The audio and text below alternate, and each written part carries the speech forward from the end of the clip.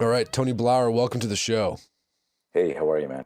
Well, I know I've been following you on Instagram for a while. I've been reading your content online. You've got some great courses out there, video programs about self-defense and just being prepared for those situations you hope you'll never be in, but you want to be ready for. Can you tell us a bit about your background? How did you come to develop the spear system? Like, what is the spear system, and just what your general curriculum vitae, right? Yeah, so that's like one of those questions I don't even know where to start. The real Reader's Digest version of that is, I grew up in the '60s, and for whatever reason, I felt like I had way more fear than any other person in the world.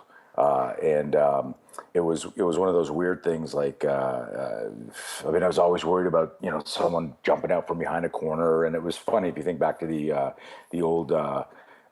Clouseau, Inspector Clouseau, Pink Panther Yeah. stuff of, Kato jumping out. And it was just weird. I just always thought about it. I was drawn and fascinated to the Wild Wild West and Bruce Lee and the original Green Hornet, black and white back in the days, just stuff changing the color. And I was mesmerized. I was transfixed by that stuff. And I wrestled when I was a kid. And then the Bruce Lee craze hit, and I got into the only school near us was Taekwondo. And I got into a couple of confrontations, like any kid does, and realized, because I was really studying all of Bruce Lee's, message and his methodology.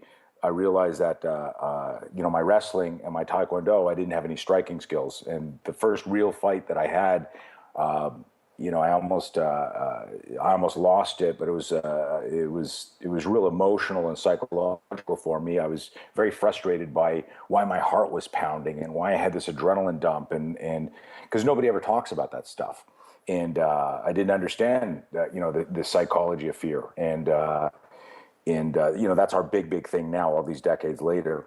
And I realized, so I went and I studied boxing because I saw that as a big I saw, no hands as a big hole in the game, if you will, or in the arsenal, and started boxing. Had some crazy sparring confrontations there that were worse than any street fights I've ever had. I mean, and it wasn't, I always had a dream of teaching self-defense.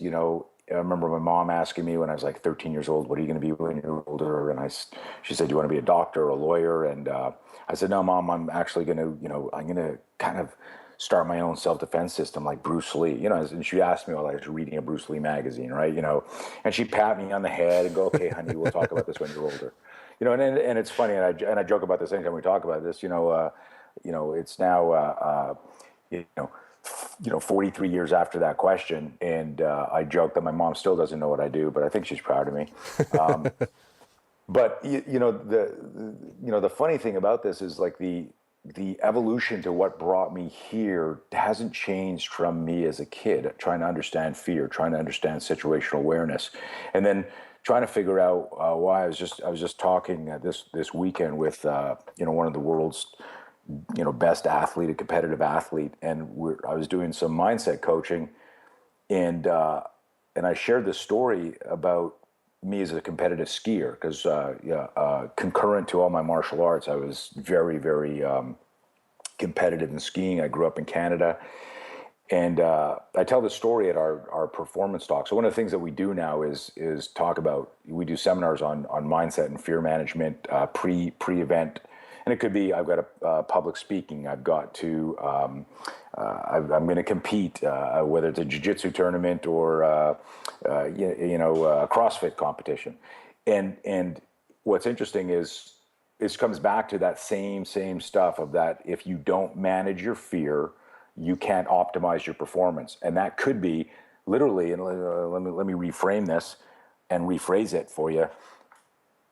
If fear throttles everything we do in our life, from how much money you make to where you work to who you marry to how much weight you can lift to whether you take up a new skill, and most importantly, whether you defend yourself. And what we've noticed between victims and victors is the difference is what they do with the fear, the thoughts of fear before the event. Because during the event, if you get into the fight, and you probably know this from things in your life, that when it actually starts and you start doing it, the fear dissipates. Right. It's all that the build up, and that's the difference between, like, we asked the question in our talks is, what's the difference between choking and freezing? Is it just semantics? And we explain it as that an untrained person freezes, a trained person chokes. In other words, they let the pressure get to them. They had the skill, they knew the game, they understood what to do, but they still choked. So anyways, all of this, I'm trying to compress the how did I start, what's the background, what's the pedigree, is, I was focused on the kind of the what's the word I'm looking for here? How do I get, how do I get more functional tools? So my focus was, I'll get some boxing tools, I'll get some Taekwondo tools, I'll get some grappling tools, but none of those, the purchase of the tool, whether you actually bought it, maybe if I get these new boxing gloves, I'll be a better boxer, right? It's like that whole, Right. if I train with this person, I'll get better. And you do, to a degree. I don't want to knock that. I don't want any of your listeners to misunderstand this.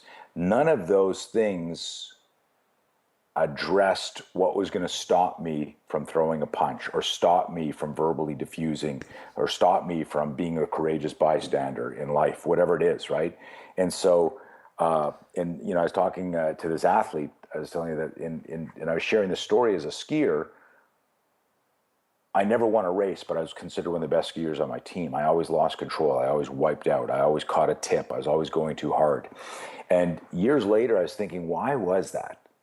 And I realized that I always skied scared. I was afraid to let down my parents. They're both on the ski patrol. My father was vice president of the National Ski Patrol. People thought I was going to represent Canada in the Olympics. That's how good people thought I was, like as a raw talent developing. And I was so scared that they were right. And I used to think to myself, if I'm so good, like everyone says, you're so good, Tony. If I'm so good, why was I so scared? Why did I feel like I wanted to projectile vomit? Why were my palms sweaty? Why did I butterflies my stomach? And this is our big push now, is recognizing that fear throttles everything we do. And if we don't manage our fear, we don't do what we thought we were going to do, or what we should have done, or what we had to do. And I came about this kind of epiphany through studying self-defense.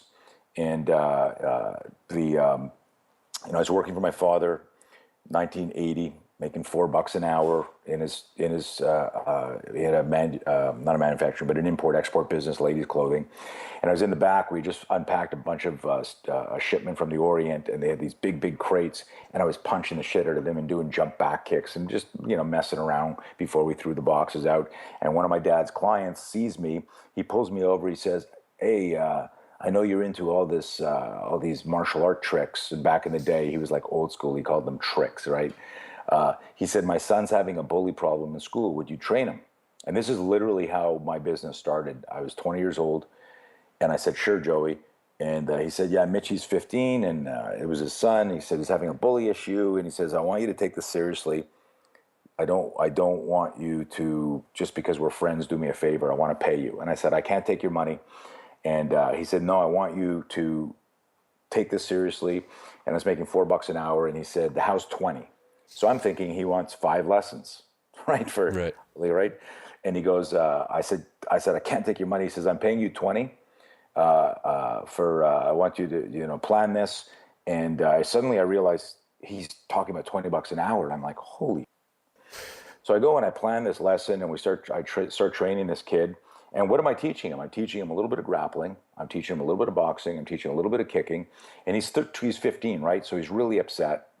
And, about this fight, and it's impacting his self-esteem, and any bully situation affects everybody, but you're 15, that's that age, right? And a couple lessons goes by, and he says, "Hey, when can I do something?" Now I want you and your listeners to understand this. This is our fixation, especially in North America, is that if I get something, if I get a diploma, I can do something. If I get this degree, then I'll be successful. And we put our faith in something other than really our own competence, our own confidence. And you can be overconfident and incompetent right? But not the other way around. If you're truly competent, you will have confidence. And so this kid's going like, when can I do something? And I was always a bit of a sarcastic philosopher. So I said, Mitch, let me ask you a question. I said, do you know how to throw a punch well? He goes, not really. I said, do you know how to move your head, slip, block? Not really. I said, okay, do you know how to move, dance around? No, I'm just learning. I said, well, I suggest you don't get into a fight until you know how to do those things, right? It was one of those cute moments where I was trying to, smack him upside the head and go, you have no toolbox. And this was the mistake that I made, and it was the greatest. It was like the God of War hit me with this lightning bolt, because about a month later, they had a fight. And I told him, avoid, avoid, avoid. So he's running through the back of the school. The kid's there with his buddies, sees Mitch coming around there, late for class. He trips him. Mitch goes flying in front of like 10 or 15 kids, everyone laughing at him. His books go flying. He picks up all his books. So picture this. He's gathering his books, and he's pissed, and he's swearing. So he's swearing, you piece of, and this guy gets, what did you call me? And Mitch, he's like at that break point, right? And he's picked up his books, and he shoves the kid. So he's got his books in his right hand. He shoves the kid with his left hand. He says, get the out of my face, man. I don't even know you. And he, why you been bugging me since the beginning of school? And the guy's like, what are you going to do about it, right? And they're in that bull testosterone, posturing back and forth. And Mitchell grabs him, slams him against the locker bank, and says, leave me the alone. And he's telling me the story. And I go, and? He goes, he dropped me with a left hook. I said, Mitch, like, why didn't you bob and weave or do a block or do anything we told you? And he pauses, and he kind of looks inside of his mind to reconnect to the fight. And he says, oh, well, I was holding him with my left hand, and I had my books in my right hand. And if you just picture that, like, both your blocking and striking tools are tied up. Now, years later, we realized that this is all part of SPEAR. So SPEAR is an acronym, is Spontaneous Protection Enabling Accelerated Response. And what we've done is like a 20-year study on the Startle, Flinch response. And what happens is when your body flinches, it contracts around whatever it's holding. And so if you were holding something in your hands, it could be a police officer with a flashlight and ID. It could be, like a mom with grocery bags and her keys in the hand. If something happens, when your body has a micro flinch, the cross-extensor reflex locks up around there. And it's really, really important for people to know. So at this moment, here I am, 20 years old. He's 15 years old. He describes the fight. And I'm like, holy shit, of course he couldn't block or slip or bob and weave. He was holding the guy, right? Picture that. So what I did immediately is I realized, oh my God, we teach self-defense wrong. And I meant we collectively, self-defense instructors. If you looked at back then, in the 80s, 90s, and even today, most people teach self-defense through trying to understand position. Okay, get me in a headlock. Okay, grab me here. Okay, hold a gun to my head. Okay, attack me with a knife. Not like this, like that, right? and we unconsciously coordinate and choreograph our training. And so none of that develops any kind of situational awareness. Everyone talks about situational awareness, but there are no drills for it in the context of mono self-defense. Nobody really does anything with verbal defuse and de-escalation. And so what I did right with him right then, again, this is 1980, I picked up his books, I grabbed him, and I said, show me what happened. And we worked it out, and I realized, okay, he would need to do this and do that, and you'd have to drop the books or throw them in the guy's face. He'd probably take a shot. Maybe he could push the guy away. And it was like this really interesting research. And it was the genesis of my approach to self-defense. And what we immediately started doing is looking at evidence through video and photo of real fights, and then we reverse engineered them. We'd go, okay, if this got to here, then what went wrong before that? And then how do we change that? And it was purely studying real violence, not sparring for self-defense or martial arts for self-defense. And that's one of our big goals, in 2016, is to re-educate the general public to understand that there are three categories of what looks like self-defense. There's martial arts, and I've been a martial artist for over 4 decades now. Martial arts is not self-defense. Martial arts teaches you complex motor skills that may or may not be applicable in a self-defense situation. Does that make sense? Yeah. It's physical movements. There's combat sports. Combat sports are not self-defense. Again, combat sports gets closer to violence because you're actually hitting each other. You're actually dealing with pain and the training and the conditioning, but it's still not teaching you about detect and avoid, defuse, and de-escalate. But you're getting closer, but it's still physical moves that may or may not be applicable in a self-defense situation. Like, for example, pulling guard and trying to get somebody in a triangle choke, amazing move, isn't a good move to do if it's a multiple assailant and you're the one, right? And there's all the bad guys. And so people misunderstand that, and people are subjective listeners, so they look at that and they fixate, and then, you know, I'll get a whole bunch of hate mail, people saying, Tony said jiu-jitsu's not good. That's not what I'm saying. I'm saying, careful what you practice. You might get really good at the wrong thing for that scenario. There's only one type of self-defense, and that's real-world self-defense. And so if you look at the three categories, if you say, I want to learn how to protect myself, you need to carefully go, wait a minute, there's martial arts and there's 1,000 of them. There's combat sports and there's maybe 10 legitimate combat sports. And then there's self-defense. And most people don't have a good definition for self-defense, and they don't even know how to define it and how to reverse engineer it. So you can't possibly know how to practice it as effectively. And I tell people this, you can learn how to defend yourself in 4 hours. You can learn how to defend yourself in 8 hours. In a day, you know everything you need to know about protecting yourself. Do you have all the skills you might want? Should you practice a little bit more? Yeah, you know, but it's like I could teach you in 4 hours how to do CPR and first aid and the Heimlich maneuver, and you can actually save somebody's life, right? Prevent a death in 4 hours. But does that make you a doctor?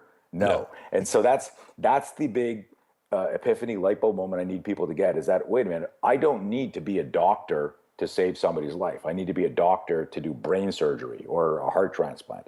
And so you don't need to be a black belt to protect yourself. You just need to understand situational awareness, how to manage fear, and then a couple of simple gross motor movements. So there's a lot to unpack there. That was awesome. Let's talk about this. You talked about, okay, people don't know what self-defense is. They don't have a good definition for it. Like, what is your definition of self-defense, and what does a good self-defense program look like? Yeah, so the definition is real simple. If danger is imminent, you do everything you can to choose safety. I'll say that again. If danger is imminent, you do everything you can to choose safety.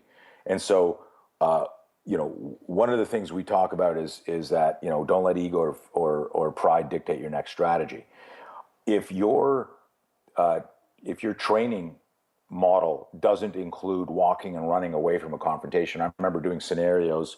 You know, we started doing these force-on-force scenarios back in the 80s, and I would say to the group, okay, confrontation is going to happen over here, and then you see that doorway, you know, near the bathroom and the exit of my school. If you can break contact and get to there, that's the police, that's security, that's, you know, that's safety. And I remember it was one of our first seminars, like I think it was like 1987. This guy, Larry, puts up his hand. I go, yeah, Larry, question. He goes, with all due respect, Mr. Blauer, you know, we came here to learn how to fight. I think we all know how to run, you know. And I said, Larry, your answer just revealed the biggest problem most males have, and most people who get defiant in a situation.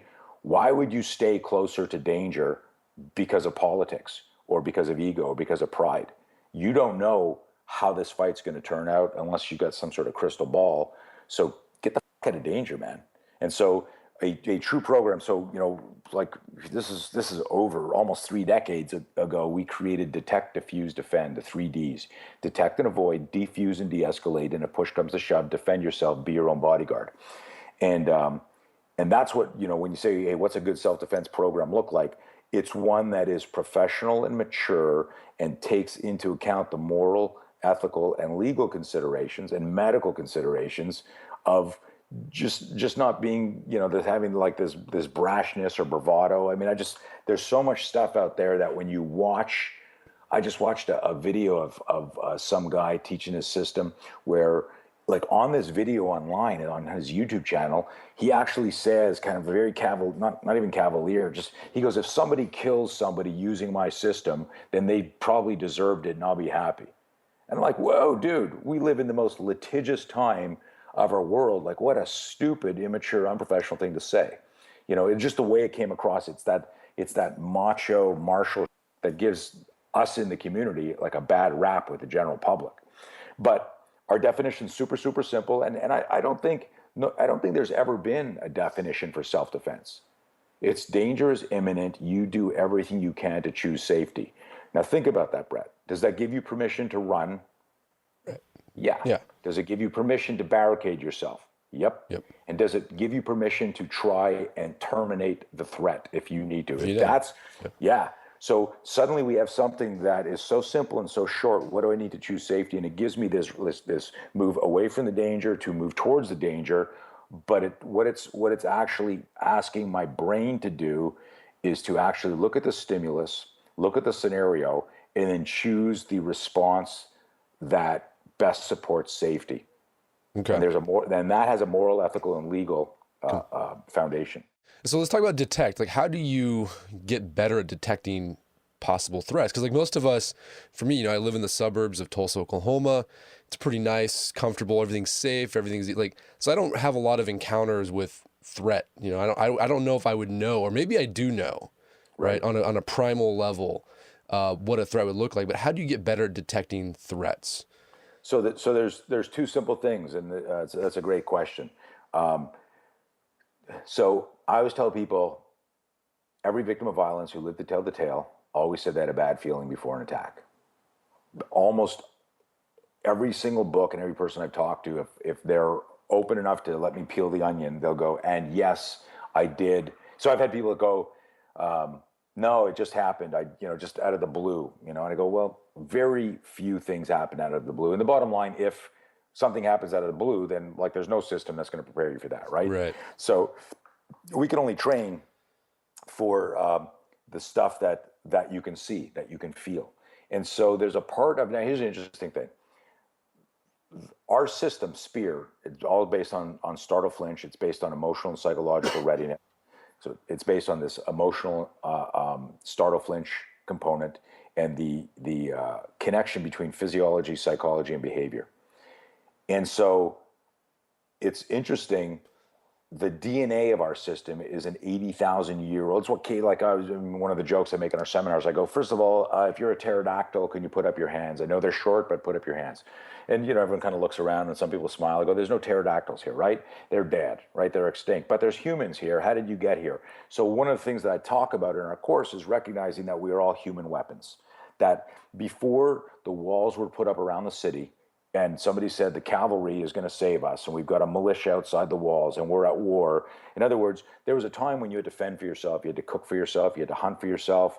And as we got domesticated as a culture, these survival requirements became dormant or domesticated. But they're inside each one of us. What we're lacking, because we're a little coddled as a generation, is the ability to identify fear, identify the problem, manage our fear, and then be aggressive. And so coming back to your question is, like you said, maybe it's primal, it's in me. It absolutely is. You will know when you have a bad feeling about something because it's a feeling that's bad. And I'll tell you this, I try to make things like, I go, if Ernie and Bert from Sesame Street were going to phrase this, what would they say? Because, we can use, the big words and talk about, like terms like circumstantial spontaneity and Intuition. Well, the thing is, like, again, getting good definitions and trusting. We talk, you bring intuition up.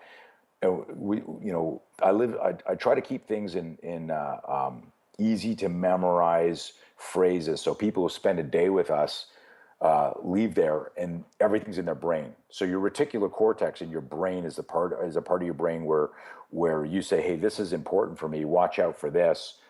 You store that. And the reticular cortex is actually part of developing situational awareness. So if you read a little bit and study a little bit about, some of the habits or some of the setups, and you think about that, you visualize it, you put it in your brain. So for example, let's say you decide to buy a new car, or you decide you're going to move and rent a house or get a new apartment.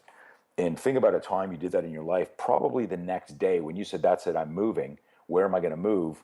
You started noticing all these for rent signs or for sale signs. Now they were there that morning, right? But until you said to your brain, this is important for me to look out for, right? I'm going to buy a new car. What's my price range? What's that? I'm going to pick this car. Suddenly you see 5 of them on the road that week and you're like, oh, there's one, that's cool. But they were there the same, yesterday. You just didn't notice them because it wasn't important. So part of developing situational awareness, for people who maybe aren't going to get to a course and just think about this, is when if there's a trend, like when the knockout game was going around, or if there's things that the police or the news or a good article says, this is how this pickpocket or this mugging or this carjacking is going to get set up. As scary as it is to think about it, visualize it, and then let your brain go, okay, that would be important for me if I saw those pre-contact cues. But the real pre-contact cue is the bad feeling. And the bad feeling is, we tell people, listen, if you get a bad feeling about something, spend those extra 5 minutes and address it. If it was a false alarm because you just maybe were paranoid or overthinking something, guess what? You're still safe. It comes back to choose safety, right? I got a bad feeling. I think that car's following me. Should I ignore it, or should I pull into this gas station here and see if they pull into? Or should I drive to the police station? Or should I speed up, and if they follow me, I'll drive home and then they'll know where I live. Oh, wait, you know what I'm saying? Is like, so you can do little things where you find out, oh, that person isn't following me and I just misread that. Well, guess what? You're safe. But if you ignore it, maybe they're getting closer. And if you completely ignore it, maybe what was going to happen ends up happening because you ignored it. So those are two really simple ways. A third one that's a great one is to think about, if you were going to, remember, here's another thing I want to share with your listeners. Bad guys only want one of three things: property, body, or life. That's the list. I try to keep things in threes. Everything's threes, 3 eyes: instincts, intuition. If you trust your instincts and you trust your intuition, whatever you do will be intelligent. Bad guys only want one of three things: property, body, or life. So the third way to develop great situational awareness is actually to spend an hour or a day or a weekend kind of observing yourself and your routine and going, when would I attack Brett? When would I attack Tony? Because I know my routine better than anyone else. So you want to case yourself. Yeah. So you kind of like, and it's pretty easy to follow yourself because you're right there, right? So, it's kind of like detach a little bit, and, find yourself like, oh, here I am at the ATM. I just took out $100 cash. I did not look around for any shady characters. I'm on my cell phone telling my buddy I'm going to be late for the movie. You pick up tickets and I'll pay you back after. And I'm not looking around as I'm stuffing 20s in my pocket and I'm on my phone, so I have no situational awareness. Like, that would be a moment where you stop and go, that was dumb, right? Like if somebody was looking at me just to sucker punch me, grab my phone, grab my wallet, or come up, right? So you look at those things as, how do I behave in an underground parking lot? Where am I standing in an elevator? How am I handling myself? In this bar, I just bumped into a guy, and he was a real asshole, and I apologized, and I went over and ignored him. I didn't watch to see if he was drinking and looking at his buddies and pointing. I mean, there's simple things that you do where you go, if this person wanted to escalate this, I'm not even thinking about that. Gotcha. Well, so let's move on to diffuse, because I think a lot of guys who are listening to this, and I think a lot of men have a problem with this aspect, is like they want to they see a threat and they want to do something about it. But you argue your next step should be diffuse, or fighting fire with water. Right. So how do you diffuse a threat? What's the approach that we should take? Right. I really recommend you don't throw water in the person's face. Yeah. That's not good. That would probably just escalate. So that was exactly. So the water fire thing was a metaphor for anyone listening. We don't literally mean, throw water in the person's face. He might punch you right after that. So detect and avoid works almost all the time. If it doesn't, it's usually because you have a situation like in an office, in an elevator, you're in a confined space, or it's a situation where part of your routine means that you're always going to see that person. So you need to be able to verbally diffuse and de-escalate. So in that process, what we're talking about is understanding a concept we call choice speech. And in choice speech, it's understanding language that's going to create conscience and accountability, that's going to make the person reflect on things. It's also using language that doesn't, fan the flames of the confrontation. Someone says, hey, what are you looking at? And you look at them and go, I'm looking at you. What's your problem, man? What are you looking at, man? And it's like, I'm just trying to figure out how ugly your parents are. You're like shit like that. Clearly, it's going to create more of an adrenaline. that's going to create more of an adrenaline dump in the bad guy. So the it's really, each scenario is different, but it's thinking of, again, that language that's going to be congruent with avoidance. And so it's, and at times you might yell at the person, get the fuck away from me, man. Like just go with what you feel. Like the scenario will always influence and dictate. But in general, the verbal defuse, and it's interesting, that might seem confusing to someone listening, going, hey, how do you aggressively assert yourself and consider that a verbal defuse? If the outcome was the person left, so you might have to hear somebody jiggling at your door, and you scream to your roommate who isn't there, Bob, get the shotgun right now. Somebody's trying to break in, right? And there's no Bob, right? But you're like alone freaking out, and there's two guys outside your door trying to, they might hear that. And, whereas if you said like, hey guys, I'm home alone right now. I really don't know anything about self-defense. I think, you're breaking the law and you should feel bad about that. And, like defusing it like that, you're probably going to get the door kicked in, right? And so that's what I mean in a cartoony fashion here, that there's times to, be verbally aggressive and assertive, and there's times where you're just talking to that person. That's that conscience and accountability. I think people need it's a little bit deeper. People are really a lot better at this than they realize. Don't overthink this. We sell ideas every single day. A guy trying to pick up a girl is a great salesman. Here's why you should go on a date with me. If you're a salesman, you're great at it. And so what we're doing is we're selling the idea of, we don't want to fight. And I had a confrontation once, and it was very funny. Originally when I conceptualized this whole D2 concept, it was all about, being peaceful about it and trying to resolve this without any violence. And I had these two guys at my school who came in, and they were, they turned out to be jerks, and I spent like 15 minutes talking to them, and then, they said on the way out, I said, hey man, why don't you guys come in and try a class? And they went, no, it's okay. We're training somewhere else. We just wanted to see. And I realized that they had just been there checking out the school. They were like secret ninja spies. And I said, oh, well, you could have told me that right in the beginning. I would have told you, I didn't, I've been here explaining the courses and our structure and everything. You could have saved me the time by being a little transparent. It's cool you're from another school. You could have just said, hey, what's different about this? We just would have talked about stuff, and, you still could have come in and tried a class, but you didn't have to pretend you were, and they kind of like looked at me, and then one of them said, you guys do any multiple assailant drills? And I'm like, you mean like if you two like attacked me? And like they just kind of like looked at me like dicks. And I said, here's what's going to happen, man. I got really angry. I said, here's what's going to happen. We're going to fight, but I'm going to break your fucking leg. I'm going to bust your knee. And then you and I looked over at his buddy, and then you're going to freak out and you're going to run because you're a chicken. And you're going to leave him here. But I'm a nice guy, so what I'm going to do is I will call you an ambulance and tell them, what happened. And that's how that would go down. And I was like angry, right? And they just looked at me and they went, hey, cool down, man. We're just asking a real question. I go, yeah, sure you were. And they left. And I called up one of my buddies, and I was furious with myself because I lost my cool, right? And I was pissed. And I think I was like 25 or 26 at the time, and much less mature than I am right now. A little ego in there, but I was angry that I'd been kind of duped and misled for 20 minutes.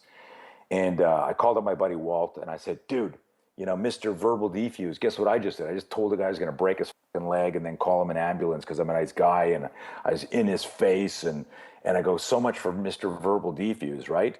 And my buddy Walt pauses, and he goes, so how'd the fight go? And I go, now they left, He goes, so you didn't fight because you verbally diffused it.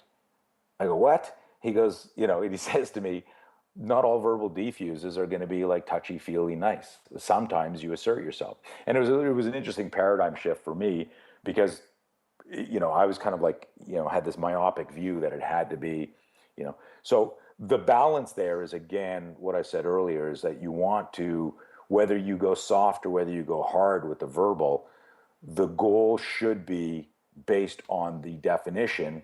Am I doing what I need to do to choose safety here?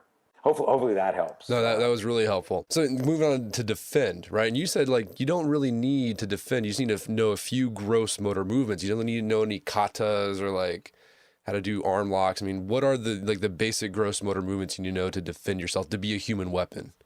Yeah. So one of the things that we do in our 1 and 2 day courses is we show video interviews and some footage and talk about people who've had absolutely no training but have fought off like home invasion or carjacker or attempted murder or attempted rapist, right? Like we're not like going, see this guy doing a double leg here, here's how you stuff that, right? It's not like sport versus sport. And let me put this down for anybody who's like a little myopic and selective listener here. You know, I'm friends with some of the best fighters in the world, war fighters who kill terrorists. I'm friends with some of the top MMA champions in the world. I love all that. What I'm saying here is that your personal defense and combat sports are different things. You can't do a weekend seminar with us and then jump in a cage and fight a trained fighter or even an amateur boxer, because when you agree to their rules, they're going to tear you up. They will light you up. But what we're doing is by thinking that that's what the fight will look like or that's how it'll go, what we're doing is we're subordinating ourselves to that event, and we're visualizing what people who are skilled in that are going to do to us. And that's not at all what self-defense is like. And so when if I ask somebody, what do you describe some self-defense moves?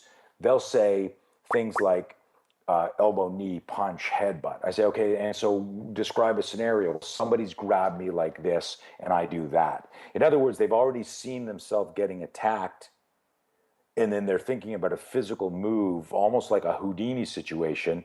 And I look at most self-defense as like Houdini self-defense. And what I mean by that is he's agreed to have somebody tie his hands behind his back, put chains around his feet, put him in a box, and then submerge him in water, right? In other words, you need to be really skilled to get out of that. And then everyone goes, holy, right? And so when we see the choreography in the John Wick movie, if you saw that, great choreography. And when we see, demos of the best jiu-jitsu guys, the best Thai boxers and all that, we go, man, wow. And it is truly amazing. But if those guys were in a sudden street attack, they would be just explosive, with 1 or 2 moves, and the bad guy would be dropped or down. They wouldn't get into the highly technical, and some of the stuff that took them years to cultivate would never even be called upon in that sudden self-defense situation.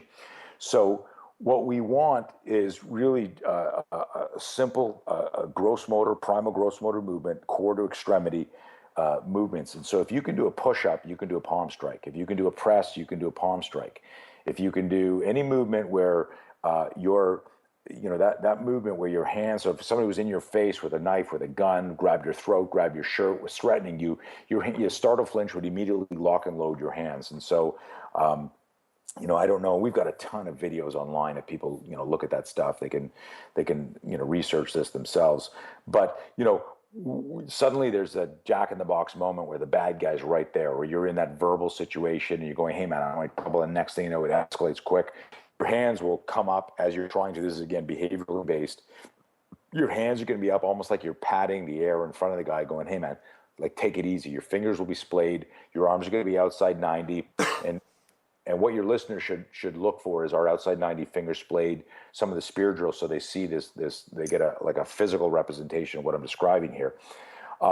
And from that movement, you can actually fire, finger jab, palm strike, forearm, elbow, right from those movements. What we teach people in our real close, in our confined space, be your own bodyguard, our CrossFit Defense course, our 1-day PDR course, any one of these courses, we've got different programs, let's say for different categories of person based on their occupation or their background, is we're just using what we call, this human weapon system movement pattern.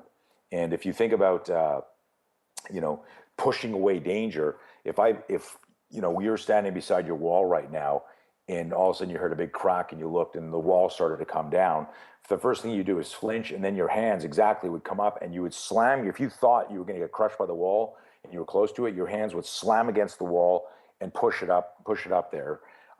If I said, hey, Brett, come over, I need you to help me move a couch up my stairs, and you're like, I hate moving, and you were at the bottom, it would be that same quarter extremity. You'd lower your center of gravity, you'd be driving from your feet, through your hips, through your core, but your hands would be up outside 90. If you're pushing a car out of some mud or out of the snow, and you were standing, behind the car, and your buddy was trying to get the wheels to catch, you'd be in the same position. So this is a movement pattern using this kind of like intuitive kinetic chain. It's explosive. It's got way more power than a side kick or a palm strike at close quarter. And that's our big go-to move, is that your hands are going to be up. How do you just smash somebody with your palms? And every martial art teaches a palm strike, but the way we teach it is it's coming out of the startle flinch, and that's the secret sauce. If we're going to go, well, why is yours, this or that?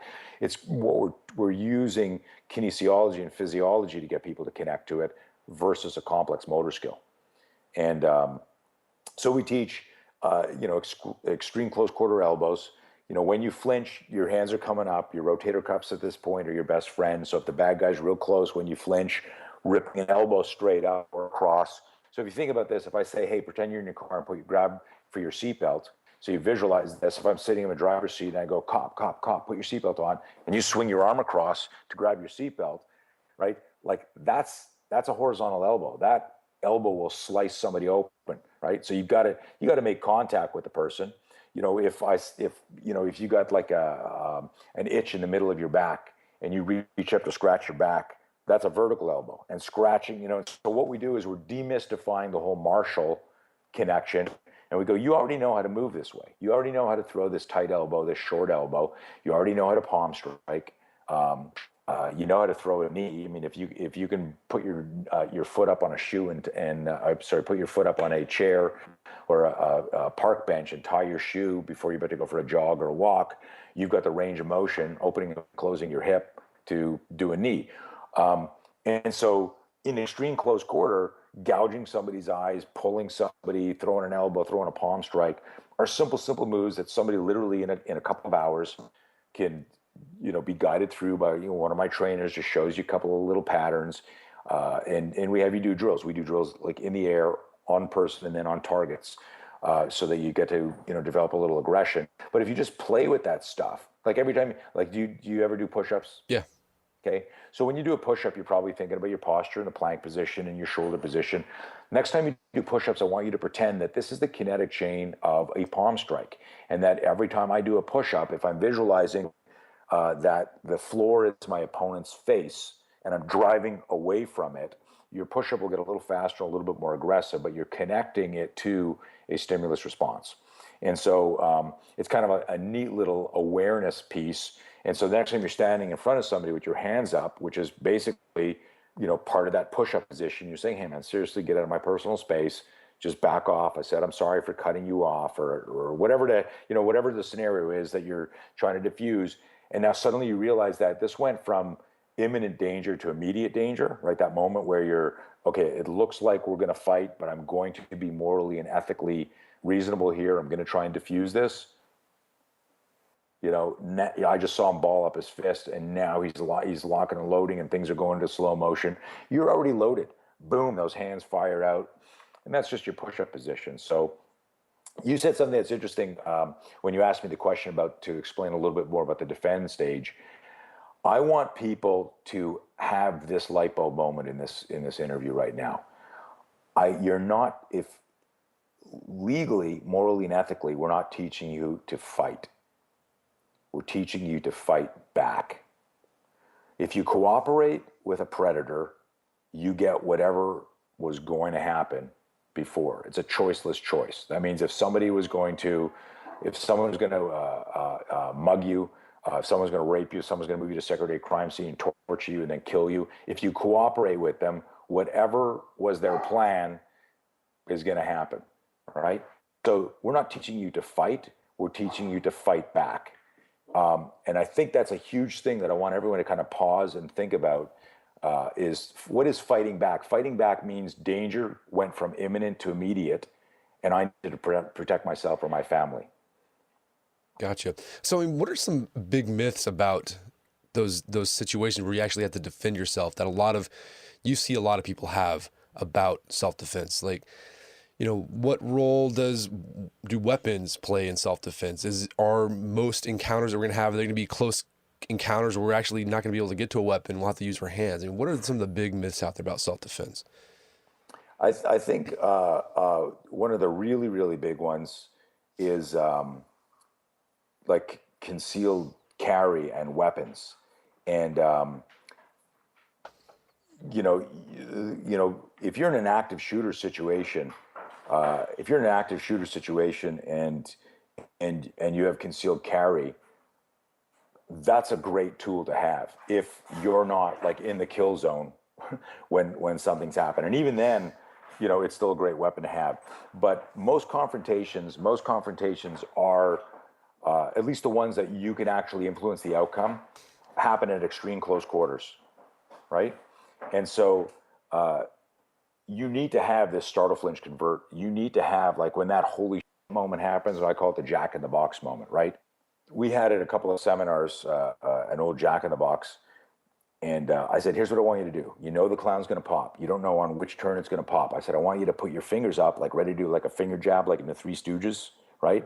And I want you to get right there, like right where the lid is. And I want you to, when the clown pops up, I want you, as it's coming out, I want you to finger jab it, right? And nobody can. And so here's an example of what I mean by this false confidence with self-defense. I know the clown's going to pop. I just don't know when, and I still couldn't hit him. In other words, between stimulus response is gap time.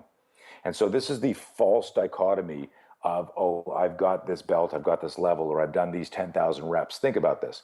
I've done 10,000 hours, I've done 10,000 reps. I'm really good at getting out of a headlock.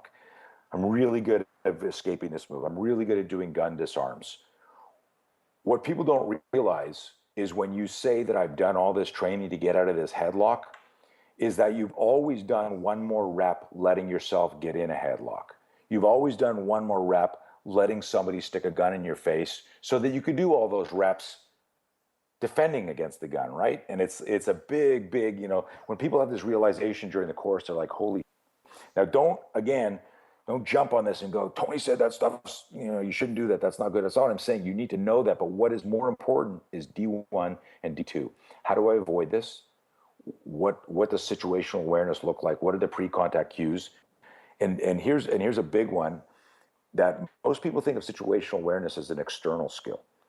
It's an internal skill as well, and it's of tantamount importance. It's not a secondary thing. You might have a bad feeling before you pick up something external. Got a bad feeling, you look around, my intuition picked up something and it sent me some sort of fear spike, and now what I'm trying to do is like decode that. I'm trying to read that. What is this feeling? Why do I have it? But situational awareness is also looking inside your head and going, why am I still here? Why aren't I acting on them? One of the things that I like people to think about is just cognitive dissonance. That's like our brain trying to pretend things are right, like correct things that we know aren't right, and going, no, they wouldn't do that to me, or that can't be happening. And there's a lot of the biggest thing, and I know this is like just a short kind of like compressed talk about 30 years of research, but there's so much information that we try to pack in. It doesn't manifest itself either, on game day or when we go to execute, because of performance anxiety, and we can't get out of our head. And that's to me the biggest secret that or the area to look at, for all your listeners, is in anything in life, is what is going to hold you back is going to be part of your belief system and part of your understanding of the psychology of fear. You'll notice the biology of fear and the physiology of fear first. Those butterflies, that nervous sensation, the avoidance to do something, and and you get that fear spike in your body. But that's the sign of, am I going to use this as a trigger and as fuel to move towards what I'm perceiving as danger, or am I going to shrink from this, and it's going to throttle what I have to do? For me, obviously my bias is self-defense, but there's something transcendent that happens when, you do a course where the focus is your safety and the safety of a loved one, and you get to the end of that and you go, you know what? My self-defense IQ has changed drastically, and I will protect myself or a loved one.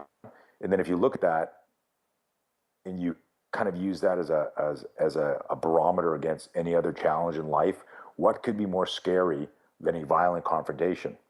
Like asking somebody out on a date, opening a business,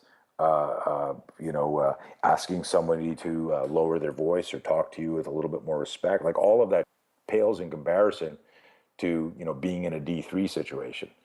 So, So Tony, it sounds like, it sounds like you're trying to do more besides teaching people how to defend themselves. Like, it sounds like one of the goals of what you're doing too is like to, like you said, transcend that as well and improve other aspects of their life. Is that? Yeah, I mean, that's a serendipitous aspect of the course. Like, I'm not like, I'm not going to have a business card that says life coach. Life coach, Tony Blauer, life coach, human weapon. But my focus is and has been for 3 decades plus teaching self-defense. What we've noticed is, I'll get a letter from a mom who does the course, goes, hey, I taught my son, who's been terrified of swimming, how to swim using some of your fear management principles. Thank you so much. Email from a dad. Hey, I got my teenage daughter off of antidepressants using your cycle of behavior and just sticking with her. And I'm like reading that going, holy, I don't know how they did it, but there's something in the program that connected with them that gave them some sort of strength, some sort of roadmap to do that. We had, a CrossFit coach listened to one of our stuff and, went out and PR'd something that he'd been working on for 18 months and realized that he had been doing that lift in the fear loop, visualizing fear and failure and just seeing the map. We do this block called the cycle behavior, which is the neural circuitry of fear, just what happens when your brain gets this fear spike. And, so people see it and, suddenly it's like it clicks in their head and they go, I got to try that thinking this. And sometimes it's that simple. It's just an idea holding you back. When I was 13 as a ski racer, I would ski as hard as I could thinking, don't fall. Like that's not the way to ski. Right. Right. So, if you're on a mountain bike and you're going down a trail and you're looking for rocks or you're looking for openings. Don't hit that rock, right? There's an opening, and it's so simple. You could be sparring with somebody and going, I hope he doesn't counter me when I try this. And you don't realize that you're, right? I mean, it's just slowing down kinesthetic perception and proprioception, right? So if you have any doubt creates hesitation. That throws off the timing from your brain, how your brain, there's a neuroassociation, how your brain links up a symbol and how you're talking to yourself. And if the timing is off just a little bit there, it can change everything. And it's very subtle, but going back to this transcendent stuff, we throw it out there. We say, hey, by the way, if you can defend yourself, do you think you can do all these other things that require you to take a deep breath and step towards the danger in your life, right? To get outside your comfort zone. Because, and so there's 10 minutes where we talk about that transcendent value. I really believe, and like I said, this has been my passion since I'm a kid. Started out telling you that, that I didn't understand why I was so afraid. As a wrestler, I was afraid. As a skier, I was afraid. I'd be walking around. I was afraid. When I was in school, I was afraid. And this obsession with understanding fear led me to develop a self-defense program where understanding the difference between the physiology of fear and the psychology of fear was liberating for anybody who just started to use it. And it wasn't touchy-feely, weird psychobabble stuff. It was just like, if I think this, I move like this. If I think this, I move with a little bit more flow. And, it's not even, do you remember the No Fear company? Yeah. So, I was doing a talk down in Miami at Wadapalooza, this big, fitness competition. And I did a talk to all the athletes. They had 1,300 athletes there. And I did a talk to about 400 or 500 of them. And I said, how many of you are nervous for this week? And like, everyone put their hands up. I go, listen, you remember the No Fear shirts? And they're like, yeah. I go, so the slogan No Fear is not cool. We think it is. But when you think that having no fear is where you need to be to perform, then you're always going to be performing with this kind of like unconscious weight of like, why am I scared? Why do I have butterflies in my stomach? How come I don't feel so confident right now? And I said, I want you to think of the No Fear slogan spelled this way, KNOW fear, no fear. That if I go, oh, there it is. If you embrace fear, if you look it in the eye, if you go, hey, you fear, and I wouldn't taunt it too much because of Murphy's Law, but you know what I mean? It's like, wow, I just got a fear spike there. What does that mean? Does that mean I need to rethink my strategy? Does that mean I'm in danger? Does that mean in other words, it's like this blip on the radar.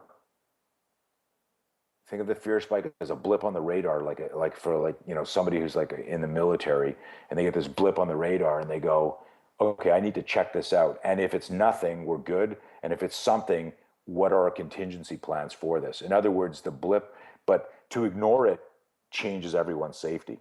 And so the fear spike is a blip on your radar, and you address it, right? And that was the coolest thing. So it's not no fear; it's I got to get to no fear, which is embracing and understanding that fear can fuel my next performance. This is awesome. Well, Tony, this has been an awesome conversation. Before we go, where can people learn more about you and your programs and your work? Probably the easiest thing to do is just go to our website, tonyblauer.com, and there's links to articles and videos on that. We've got a ton of resources there. We've got a training page, which if you just click the calendar icon there, it'll take you right to it. But if you feel like writing down, it's regonline/spear. So it's regonline.com/spear. But the calendar link's there. And what that page has is like, about 10 videos that you can watch, some articles and interviews, and a list of all of our courses. If you're law enforcement military, we've got closed courses listed there. If you're a self-defense instructor who wants to join our team, our goal is to try and make the world safer. We've got a train the trainer program, and then we've got resources, for just individuals who, want to come and just get this one-day course and, just get a little bit safer, better awareness. Awesome. Well, Tony Blauer, thanks so much for your time. It's been a pleasure. Awesome. Thanks, Brett. Thank you. My guest today was Tony Blauer. He's the developer of the Spear system. You can find out more about that and other stuff that Tony's done at tonyblauer.com.